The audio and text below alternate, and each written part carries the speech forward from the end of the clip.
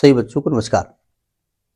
हम बात कर रहे हैं बीएससी सेमेस्टर 2 मैथमेटिक्स ज्योमेट्री की, जिसमें आज हम बात करेंगे equation of axis of conic.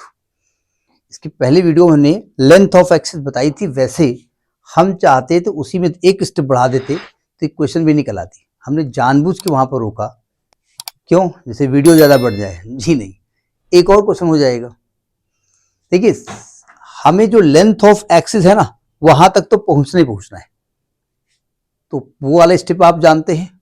ठीक, हम ये नहीं कहेंगे डायरेक्ट लिखने जा रहे हैं, हम पूरा प्रूफ करेंगे।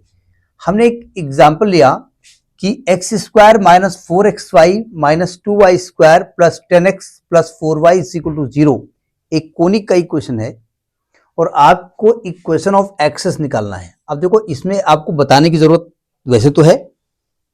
अगर मैं इक्वेशन ऑफ एक्सिस बता रहा हूं तो एक्सिस या तो, वैसे तो पैराबोला भी होता है, लेकिन दो एक्सिस होते हैं वहां पर, या तो इलिप्स होगा या तो हाइपरबोला होगा। लेकिन फिर भी आप इसका नेचर तो निकाल ही लीजिएगा। ठीक है, क्या तरीका होता है? सबसे पहला स्टेप हमको यहाँ ये करना है कि मैं इसका नेचर निकालने जा रहा हूं। ये क्वेश्चन लिखा हुआ है, इसको पहले कंपेयर कर दो। Comparing equation 1 with standard equation क्या होता है? A x square plus 2h(xy) plus b y square plus 2gx plus 2fy plus c is equal to 0। इससे मैं कंपेयर करने जा रहा हूं, तो साफ साफ दिख रहा है यहां पर a की वैल्यू क्या है? 1 है। xy का कोफिशिएंट यहां 2h है या -4 है, तो h की वैल्यू क्या है? माइनस का 2 है। b की वैल्यू क्या है? माइनस का 2 है। 2g यहां पर 10 है, तो g की वैल्यू क्या है? 5 है। f की वैल्यू क्या है? 2 है। और c की वैल्यू क्या है? 0 है। तो सबसे पहला स्टेप जो मैं लेने जा रहा हूं, स्टेप 1। आप स्टेप नहीं लिखोगे कोई दिक्कत नहीं, अगर हेडिंग वगैरह डाल देते हो तो सो फार सो गुड, बेटर हो जाएगा। Nature of conic. Nature of conic, nature of conic में सबसे पहला काम क्या होता है? डेल्टा निकालते हैं। क्या फॉर्मूला होता है?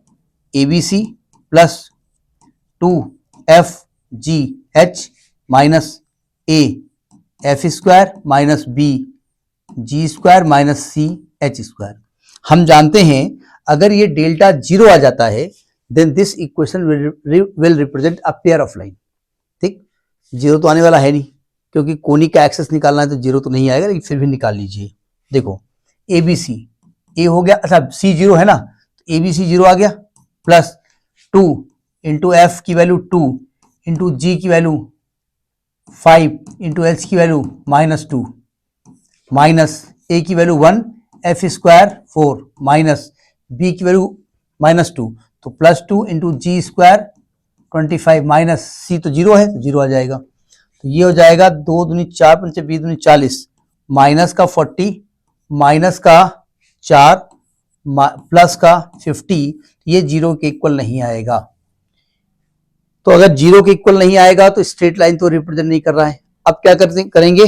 H square minus a b निकालते हैं, and h square minus a b निकालते हैं।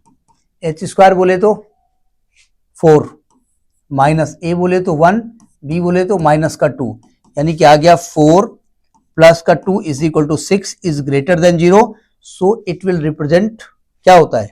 अगर ग्रेटर देन 0 आता है तो हाइपरबोला होता है। ठीक है, so equation 1 represent hyperbola. Hyperbola समझ में आई? बात नहीं आई? हमने बताया था अगर डेल्टा 0 आ जाता है तो स्ट्रेट लाइन, काम खत्म। हाँ, स्ट्रेट लाइन में पैरेलल है या परपेंडिकुलर है वो एक अलग केस था। अगर डेल्टा 0 नहीं आता है तो हाइपरबोला, पैराबोला, इलिप्स या सर्कल। उसकी कंडीशन थी कि h square minus a b निकालो। अगर इक्वल टू 0 आए तो पैराबोला, लेस देन आए तो इलिप्स, ग्रेटर आए तो हाइपरबोला। तो नेचर तो निकल के आ गया। ठीक, अब अगले स्टेप में क्या करना है? सेंटर निकालना है। देखिए, अगले स्टेप में आपको सेंटर निकालना है। देखो ध्यान से, स्टेप 2, एक क्वेश्चन हमने नोट कर दिया अगले पेज में, चूंकि आ गए। Step 2, centre of conic, centre of conic क्या तरीका होता है, एक तो याद कर लीजिए आप, अभी हम दो टर्म बता देंगे कि मेन जो हम बता रहे हैं वही लगाइएगा। इसको हम क्या करते हैं, f को x के रेस्पेक्ट में पार्शियल डेरिवेटिव करते हैं और इक्वल टू 0 कर देते हैं, मतलब डेवर f अपॉन डेवर x निकालेंगे। वैसे बहुत लोग उसको डेल पढ़ते हैं, लेकिन डेल मैथमेटिक्स में ये साइन होता है, ठीक है। तो हम डेवर पढ़ते हैं तो पढ़ते हैं। जब x के रेस्पेक्ट में करोगे तो क्या आएगा, इसका 2x आएगा, माइनस का 4y आएगा, माइनस का प्लस का 10 आएगा, इक्वल टू 0 करेंगे। या अगर 2 कॉमन ले लीजिए यहाँ पे, इक्वल टू 0 कर दिया ना, तो क्या आएगा, x माइनस का 2y प्लस का 5 इज इक्वल टू 0। ये क्वेश्चन नंबर 2 आ गया। अब इसको y के रेस्पेक्ट में पार्शियल डिफरेंशिएट करिए, तो y करेंगे कितना आएगा, माइनस का 4x आएगा, माइनस का 4y आएगा, प्लस का 4 आएगा, इक्वल टू 0 करेंगे। इसको एक काम करिए, 4 से डिवाइड कर दो, तो minus x minus y plus 1 is equal to 0। ये क्वेश्चन नंबर 3 आ गया। अब इस 2 और 3 को सॉल्व कर लीजिए और x और y की वैल्यू निकाल लीजिए, वो सेंटर हो जाएंगे। Solving equation 2 and 3, solving equation 2 and 3। देखो यहां पर ये टफ नहीं होता है, लेकिन स्टेप बाय स्टेप प्रोसीजर आपको मालूम होना चाहिए ना, इसको एल्गोरिथम कहते हैं। सॉल्व कर लो, क्योंकि कोफिशिएंट इक्वल है, तो ये आ गया x minus 2y plus 5 is equal to 0 और minus x minus y plus 1 equal to 0। दोनों को अगर ऐड कर दिया जाए तो ये कैंसिल हो जाएगा, ये माइनस का 3y प्लस का 6 इज इक्वल टू 0, तो y की वैल्यू आ गई 2। ठीक, y की वैल्यू कहीं रख दो, यहां रखे दे रहे हैं, x minus 4 plus 5 is equal to 0, x is equal to आ गया माइनस 1, यानी जो सेंटर आएगा वो आ गया माइनस 1 कामा 2। इसको हम फिलहाल मानेंगे x डैश कामा y डैश। तो ये दूसरा स्टेप हो गया कि सेंटर निकाल लिया। ठीक है, अगले स्टेप में क्या करेंगे आप, हमने क्या ना कि algorithm, step by step procedure. पहला स्टेप नेचर हो गया, दूसरा स्टेप सेंटर हो गया, तीसरे स्टेप में क्या करेंगे, हम इसके सेंटर को ओरिजिन मान करके है नहीं ओरिजिन, सेंटर तो ये निकला, ओरिजिन मान करके एक सेंट्रल कोनिक का इक्वेशन निकालते हैं। ऐसा कोनिक जिसका सेंटर होता है, भाई एलिप्स में सेंटर होता है, ठीक, हाइपरबोला में ये सेंटर होता है, तो ऐसा हमको कोनिक निकालना है। यानी इक्वेशन ऑफ कोनिक क्या लैंग्वेज लिखेंगे, equation of conic referred centre as origin. Equation of conic, equation of conic referred centre as origin, centre as origin. हम ओरिजिन पे सेंटर शिफ्ट कर देते हैं, तो अब प्रोसीजर नहीं अप्लाई करते, हम डायरेक्ट कर देते हैं। क्या करते हैं, देखिए अब सिंपल सी बात है, जब आप सेंटर को शिफ्ट करोगे तो एक्सिस तो वैसे ही रहेंगी भाई। जैसे मान लेते हैं ये आपने एक्सिस लिया एक्स वाई, ये सेंटर 0 0 है, अब कहीं और सेंटर है तो उसको कैपिटल एक्स कैपिटल वाई मान लो, कुछ तो चेंज करना पड़ेगा ना। तो जब हम इसको ओरिजिन में शिफ्ट करते हैं, क्या करें, तो इसको ओरिजिन में शिफ्ट करते हैं तो करते क्या है, इसमें एक तो स्मॉल एक्स स्मॉल वाई को कैपिटल एक्स कैपिटल वाई मान लेते हैं। दूसरी बात हम करते क्या है, इसका सेकेंड डिजिट हम लिखते हैं x square minus 4xy minus 2y square और एक नया कांस्टेंट c डैश ऐड कर देते हैं। ये सेंट्रल कोनिक का इक्वेशन हो गया, इक्वेशन नंबर 3 नहीं 4 आएगा। ये सेंट्रल कोनिक का इक्वेशन हो गया, ठीक, 4 आएगा। अब प्रॉब्लम है कि भैया सी डैश कैसे निकाले, सी डैश तो आपने इंट्रोड्यूस कर दिया, तो सी डैश जो निकलता है, हमने इसका प्रूफ भी कराया है, वो होता है g x dash plus f y dash plus c. अब पीछे वाले उसमें g आप जानते थे 5 था, ये 2gx होता ना, तो g 5 है, x डैश माइनस 1 है, प्लस f 2 है, y डैश 2 है और c 0 है, तो आ गया minus 5 plus 4 is equal to minus 1। यानी c डैश की वैल्यू क्या हो गई, माइनस 1 हो गई ना। तो इक्वेशन 4 में रख दो, so by equation 4, so by equation 4, तो 4 इक्वेशन क्या बन जाएगा आपका, ये बन जाएगा, ये कैपिटल एक्स कैपिटल वाई है भाई, थोड़ा सा कंफ्यूज ना होइए, ये कैपिटल एक्स कैपिटल वाई है, X Y, x square minus 4xy minus 2y square minus 1 is equal to 0। चूंकि जो सेंट्रल कोनिक हम निकाल रहे हैं ना, इसका स्टैंडर्ड इक्वेशन होता है ax square plus b y square plus 2hxy बराबर 1।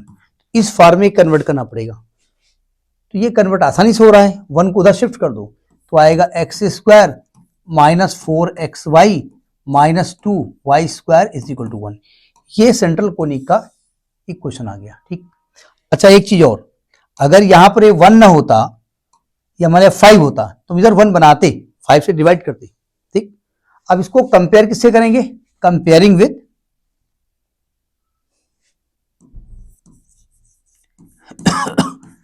Comparing with ax square plus 2hxy plus by square is equal to 1।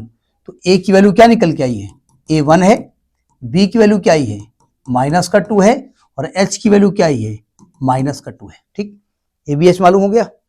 अब आप लेंथ ऑफ एक्सेस निकालने जा रहे हैं। ठीक, यहां तक करिए पहले।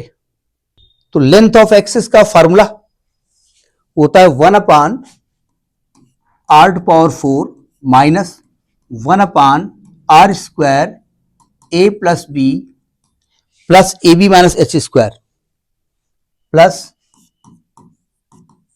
ए b minus h square is equal to 0। जरा ध्यान से समझिएगा, फॉर्मूला ये भी होता है।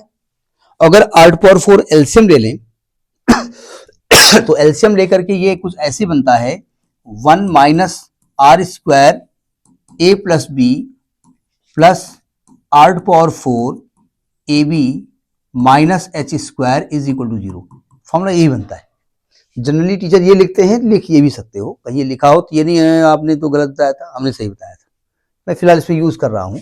देखो 1 माइनस आर स्क्वायर, ए की वैल्यू है 1, बी की वैल्यू माइनस का 2 प्लस आर की पावर 4 ए इंटू बी यानी माइनस का 2 और माइनस एच स्क्वायर यानी कि 4 इज इक्वल टू 0।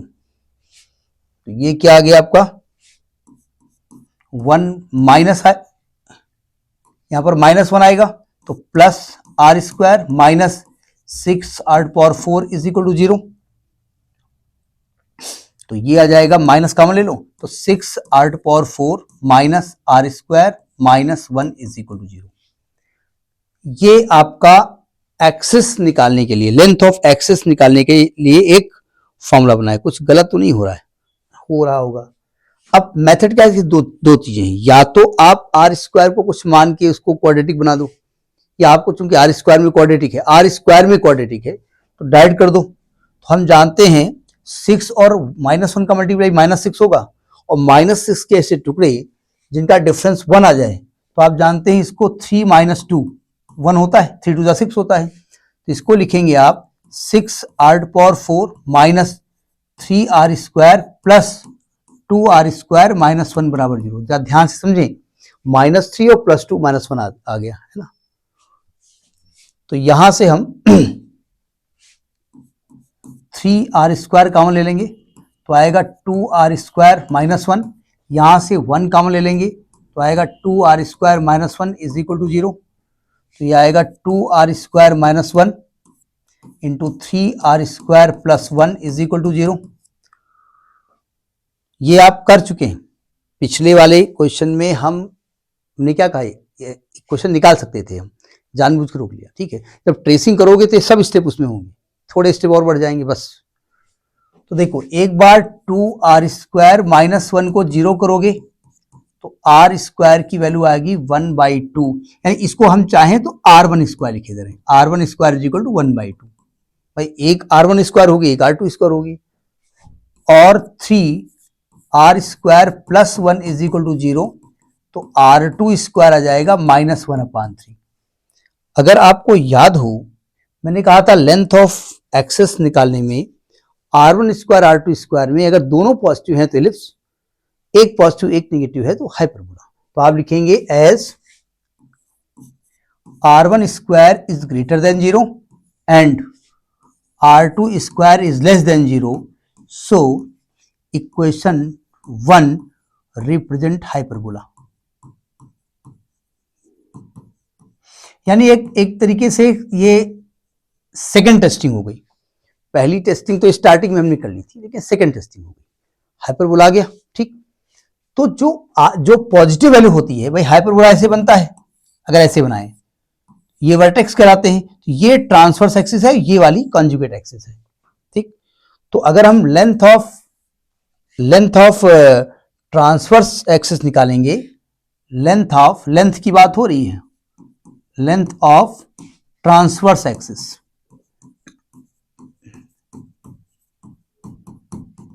तो लिखेंगे 2r1, तो 2r1 है 1/√2, यानी √2 आ जाएगा। ठीक, और length of conjugate axis,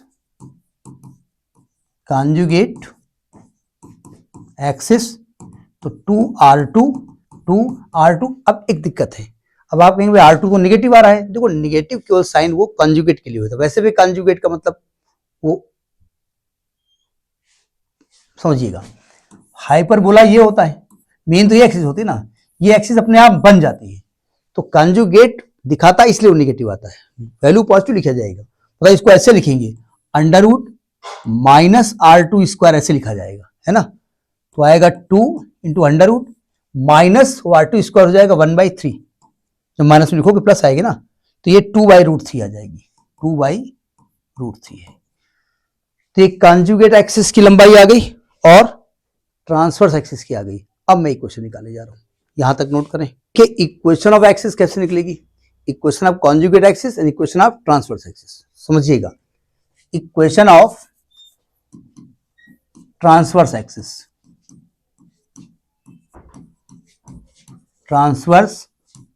axis, पहली बात यहां पर कैपिटल एक्स कैपिटल वाई के बारे में बात करेंगे आप। ठीक है, कैपिटल एक्स कैपिटल वाई, तो क्या हो जाएगा, a माइनस, फॉर्मूला लिख देते हैं, a minus 1/r1 square into capital x, क्योंकि आपका जो इक्वेशन था ना, उसमें आपने ओरिजिन को शिफ्ट कर दिया था, मतलब सेंटर को ओरिजिन पे शिफ्ट कर दिया था।